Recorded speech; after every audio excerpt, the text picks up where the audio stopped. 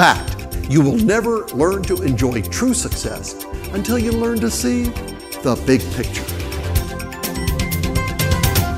Hi, this is Steve Diggs. This is The Big Picture. Welcome aboard. Listen, on the homepage today, I want to talk with you a little bit about the concept of asset allocation. Now, if you've never gotten involved in investing or preparing for retirement, you need to know about this. On the other side, if you're already in the middle of preparing for your retirement, you also need to understand this very, very important principle. Now, again, there are no guarantees. I cannot promise you that if you do this or don't do this, that you will make more money or make less money. But I will tell you that this is one of the most popular principles among many, many successful investors out there. Again, it's called asset allocation. Sort of a first cousin to this is a thing called diversification. It has to do with understanding that it is extremely dangerous to put all of our investment nest eggs into the same basket.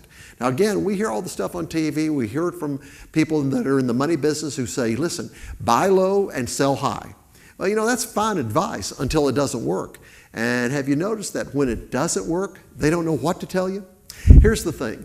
Some experts tell us that well over 90% of long-term returns are not based on what we think they are not based on what some financial experts even tell us that they are. In fact, much of our long-term returns, probably over 90%, are based not on the idea of buying low and selling high, but instead on asset allocation. In other words, divvying our money up into different piles in different ways. For instance, and again, this is not a recommendation, it's just an example.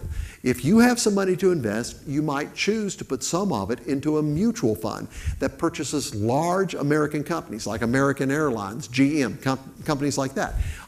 You might put some of it into a small company, U.S. stock fund. For instance, you might put some of it into stocks that are companies that are less than $5 billion in their total capitalization. You might choose to put some of it into mutual funds that buy companies in other parts of the world.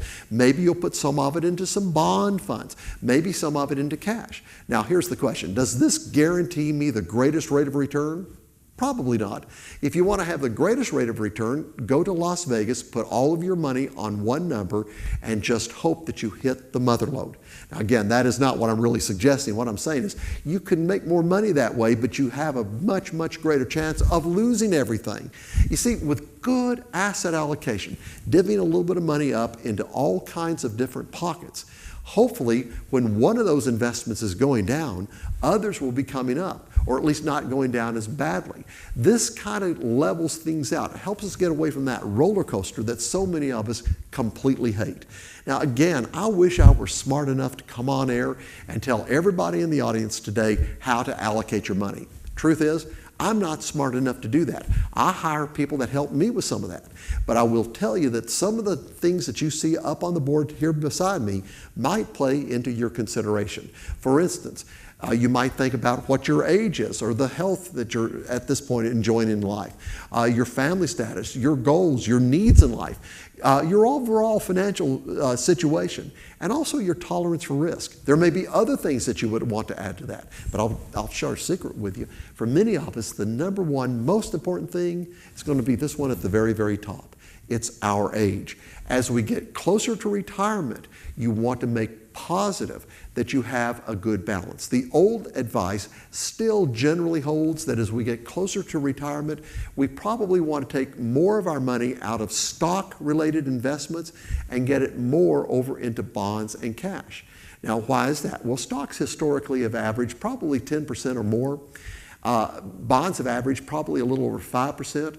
Cash investments, they're not doing this now, but have probably averaged 3 or 4%. Now, again, for the long term, when we start young, most people like to put a fair amount of their money into stock-related investments in the hopes of getting that 10 or greater return on the money. But again, as we get closer to retirement, probably is wise to take some of that out. Why is that? It's because while stocks might average 10 or 11% over the years or even more, the truth is That's an average. They can go way up, they can go way down. And if you're going to need that money at a moment when the stocks are going way down, you could be in a world of hurt. So again, why not think about getting some of this money into more tranquil investments? Again, bonds, cash, things of that sort. So hopefully you'll have more money going forward. Now, one last thing I will tell you. They used to tell people going into retirement to put all of their money into bonds and cash. And then a few years ago, somebody woke up and said, well, duh, people are not dying at age 68 anymore. Lots of folks are living 30 years into retirement and more. So it might make sense, even in retirement for some of you, while you're putting more into bonds and cash, to still leave some in stock-related investments in the hope that maybe you will get a greater return long-term on those. Hey, I'm Steve Diggs. This has been The Big Picture. Catch you next time.